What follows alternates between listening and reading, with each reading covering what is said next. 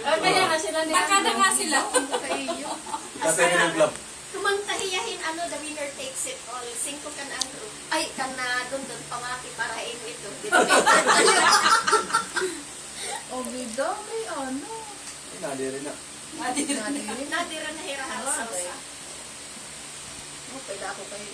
Hindi sa nung sugalit ang asawa. Sige pa. 28 years na kami. Hindi kami kung nag-aaway.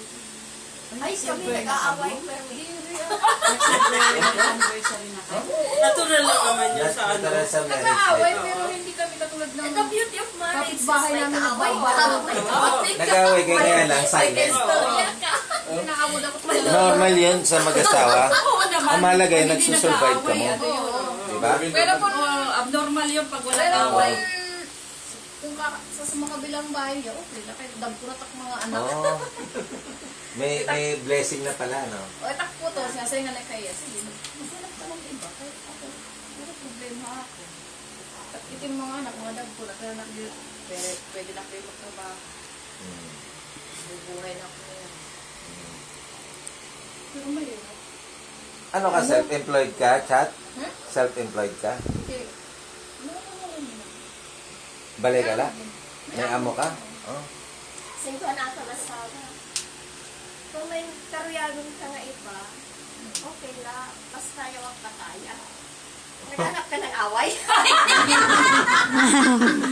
Ano ako pagpatay? Hindi, may namon kilala nga duha. Oh. Talaga successful in career ha. Kung Oo. pinatay ang asawa. Oh, para makapag-asawa lang, yung bago. Okay, ang ira katulong. Oo. Na-inlove sa bata. Siguro bata ka. Very na po. Pero bakit naman pinatay pa? Pa pinatay. Kasi malito na akong joke ka nun. Kung sumaging karuya ka iba. Yung mga kagandahan niya. Sa pari klase niya na ako, no problem. Free ka sa inyo. Ayaw lang kataya. Naghanap ka ng awat. Pag di mo kasi mo. Hirap din ang ganyan. Oo. Minsan yung tanong mo, minsan talaga mag-flip yung career at the same time. Oo. Bibihira Yung lang yun. ano, na Parang very magpakalipat. Oh. Ang ganda naman. Dumami na, no?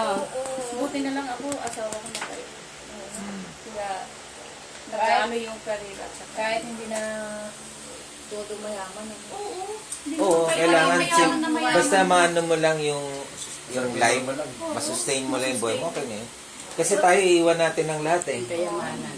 Kaya yun ang sabi sa akin ng mami ko, galit na galit yung mami ko sa akin. Sabi niya, ikaw, kasi Nonoy ang tawag niya sa ikaw Nonoy, at ito pa kitaging papakadiha man, Amerika, nadiri ka.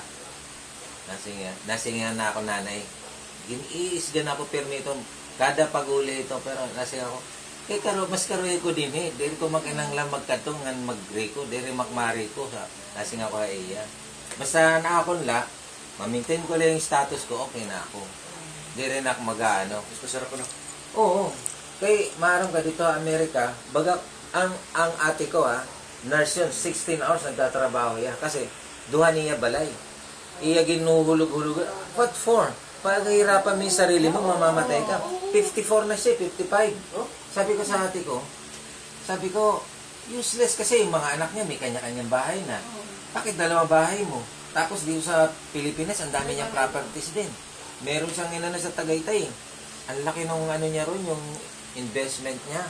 Tapos magpagawa ka ng bahay, dapat hindi bababa ng 5 million. Pag nagpagawa, gagawin niyang yun eh. Parang parang pag nag-retire siya, dun daw siya. Retirement. Sa Splendido, sabi ko, di naawa ko sa kanya kasi instead na makarelax siya kasi wala na siyang kagaya ko, kasabi ko nasa misis ko. Kapag nakatapos na yung anak natin, relax na tayo, baka bakasyon na lang tayo. So yun ang plano namin.